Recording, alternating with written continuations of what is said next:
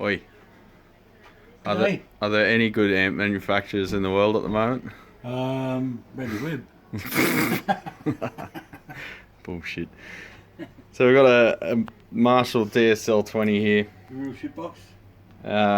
It's okay, but it's like Marshall and Fender are just very confused when it comes to output valve biasing.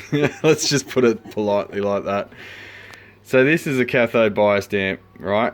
And the output valves are running at, in full power mode, 55% in a cathode biased amp. Cold as a crab. And then in half power mode, they're running at 12%, which is going to have some pretty full on crossover distortion. So it's like they're biasing a cathode biased amp as if it were a fixed biased amp. They've got their figures ass about. And then you got Fender over here that have a fixed biased amp and they bias it like a cathode biased amp at around 120%. So, it's 2022. These manufacturers have been around for a while. There's really no excuse for this kind of behavior anymore. It's like they're just getting dumber every year. And yes, they all suck.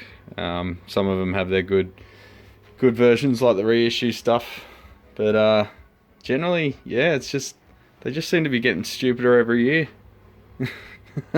Yay.